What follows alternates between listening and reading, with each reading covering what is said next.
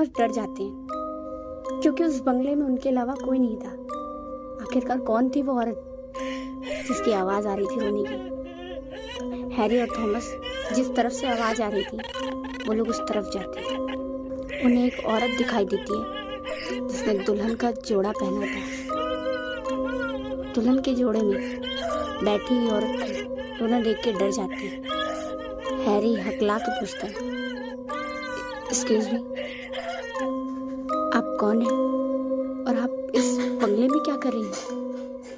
वो औरत उन्हें बिना मुंह दिखाए उसी घूंघट के अंदर से बोलती है, प्लीज मेरी मदद करो। हैरी थॉमस की तरफ देखता है। जब वो दोबारा उस तरफ मुंह करता है, अचानक से वो औरत गायब हो जाती है। हैरी कहते कुछ गड़बड़ है, थॉमस भाग। अचानक से चमगादड़ों का झुंड उनके पीछे लगने लगता है। वो लोग भागते भागते भागते सीढ़ी पे पहुंचने वाले होते हैं। अचानक थॉमस पीछे मुड़ता है, देखता है हैरी उसी तरफ जा रहा है जिस तरफ से वो लोग भाग के आए थे। थॉमस उसे रोकता है, हैरी तू कहाँ जा रहा है? हैरी कुछ नहीं बता रहा होता है, सीधे चलते जाता है, चलते जाता है, चलते जाता है। थॉमस भागकर उसके पास जाता है, कहाँ जा रहा है तू? हैरी कोई जवाब नहीं दे रहा होता है। थॉमस पर चिल्लाता है, क्या कर रहा है, चल! पर वो नहीं सुनता। वो थॉमस को धक्का देके आगे चलने लगता है।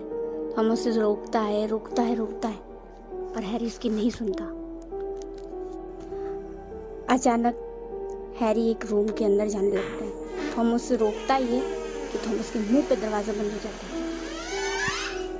अचानक से हैरी की उसी रूम के अंदर से चिल्लाने की आवाज आती है। थॉमस दरवाजा पीटने लगता है। अचानक दरवाजा खुलता है और थॉमस ने जो चीज वहां पर देखी उसकी आंखें फटी की फटी और मुंह खुला का खुला रह जाता है।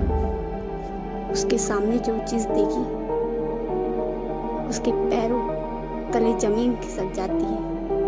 वो डर जाता है और सामने हैरी का शरीर धड़ से अलग हुआ हवा में लटक रहा होता है। थॉमस का माथा घूम जाता है, वो घबरा जाता है। अचानक उसे समझ में आता है कि उसे भागना है। अचानक से हर तरफ से अलग अलग आवाजें आने लगती हैं। भागता है, अचानक वो सीढ़ियों तरफ पहुंचता है। नीचे जाते जाते अचानक वो गिर जाता है। सामने उसकी तरफ एक औरत अपने लंबे लंबे नाखून लेकर उसकी तरफ मारती है।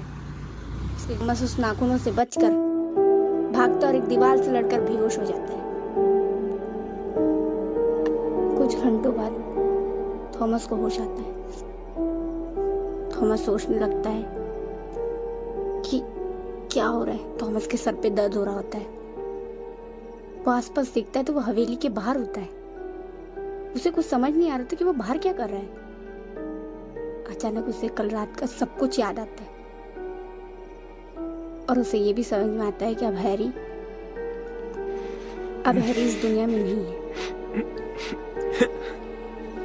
थॉमस बस भाग जाता है उस हवेली से बहुत दूर।